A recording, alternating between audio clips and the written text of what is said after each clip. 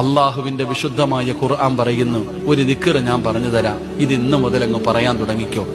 ഈ പറയുന്ന ദിക്ർ നിങ്ങൾ പറഞ്ഞ അള്ളാഹു നിങ്ങൾക്ക് നൽകിയ നിഅമത്ത് മരിക്കുന്ന കാലം വരെ നിലനിർത്തി തരും. അള്ളാഹു ഭാഗ്യം തരുമാറാകട്ടെ. ഇൻഷാല്ലാഹ് പറഞ്ഞൂടെ. ഇന്ന് സൂറത്തുൽ കഹ്ഫ് ഓതിയില്ലേ?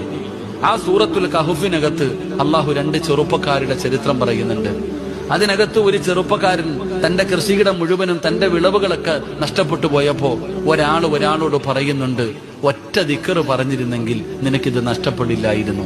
നിങ്ങൾ ഖുർആൻ എടുത്തു നോക്കിക്കോ, ചരിത്രം പറയാൻ സമയമില്ല, അതുകൊണ്ട് ഞാൻ ദിക്ർ പറഞ്ഞു തരാം. മാഷാ അല്ലാ പറഞ്ഞോ, മാഷാ അല്ലാ ലാ ഖുവത ഇല്ലാ ബില്ലാ. ഒന്ന് പറഞ്ഞേ. അത് ഓട്ടോയുടെ പുറകിൽ എഴുതി വെക്കാനുള്ളതല്ല, വണ്ടിയുടെ പുറകിൽ എഴുതി വെക്കാനുള്ളതല്ല. മാഷാ അല്ലാ ലാ ഖുവത ഇല്ലാ ബില്ലാ. വീട്ടിൽ കയറുമ്പോ പറയുന്നുണ്ടോ, വീട് നിലനിൽക്കും. കാറിൽ കയറുമ്പോ പറയുന്നുണ്ടോ, കാറ് നിലനിൽക്കും. കടയിൽ കയറുമ്പോ പറയുന്നുണ്ടോ, കട നിലനിൽക്കും. ജോലിക്ക് പോകുമ്പോ പറയുന്നുണ്ടോ, ജോലി നിലനിൽക്കും.